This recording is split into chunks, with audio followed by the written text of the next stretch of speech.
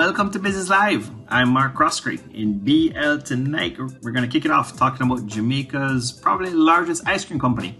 That is the manufacturing and distribution company of Caribbean Cream Limited. So Caribbean Cream here, clearly as you go through their annual report, you'll see them going from strength to strength, and it's now out on the stock exchange.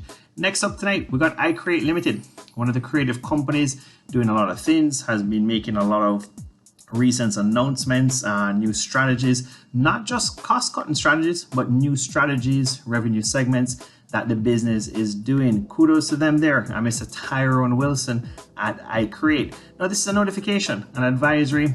We saw this recently with Main Event Entertainment as well. Companies do this, a change of registered address. So iCreate, it's now going to be situated at the hub on 34 Lady Musgrave Road, Kingston 5. The company advises that it continues to do things of this nature and implementing cost-saving measures and strategies, especially during the pandemic. Now, leading investment bank in Jamaica, that's Barita Investments Limited, coming out with an advisory deferring of its dividend consideration. Now, meeting of the board of directors was scheduled by Barita Investments for August 4th, 2021. The tabling of the resolution has been deferred to August 13th, 2021, just a week or so. Now, tTech Limited, not just the IT managed solution company, they do a lot at tTech, led by Mr. Christopher Rickard, CEO, Managing Director, registering a fair second quarter or Q2 profits behind very strong revenue growth. Now, they don't say it necessarily in the management discussion and analysis, but they could be really pushing the revenue growth, maybe giving up some of the net margins here to get some market share. So for the second quarter, ended June 30th, 2021, and the 6 months, revenue hit just below 108 million just for the quarter alone.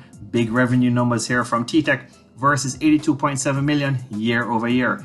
Net profit for the quarter, slightly lower to 3.8 million versus 4.5 million. So just slightly down, fair results. Earnings per share, 7 cents Jamaican for the quarter. Last up tonight on Business Live, we got First Rock Capital Holdings maintaining a balanced second quarter here in terms of their financial results. So this is for the quarter ended June 30th, 2021 as well. Revenue of just over $1 million US for First Rock versus 1.19 million US year over year. Net profit of 406.8 thousand US versus 421,000 US year over year. That's 2021 versus 2020. So slightly down there, just about 15,000 US year over year. Now, the bulk of the revenue, realized and unrealized gains, makes up approximately the majority, 85% or so of revenue.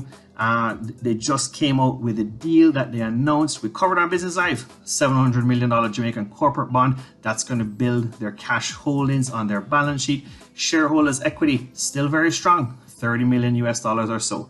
I'm Mark Croskery. This is Business Live.